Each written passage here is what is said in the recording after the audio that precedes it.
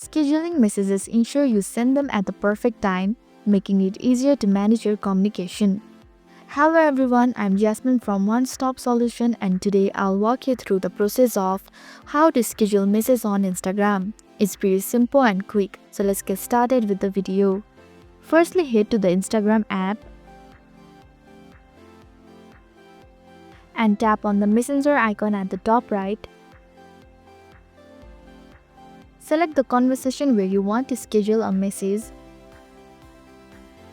Write out your message as usual in the bar. Here's the trick. Tap and hold the send button until a menu appears instead of sending right away. Pick when you want your message to be sent. Then click the send button. That's it. Your message will be automatically sent at the time you have selected. Thank you for watching One Stop Solution. I hope this video was helpful.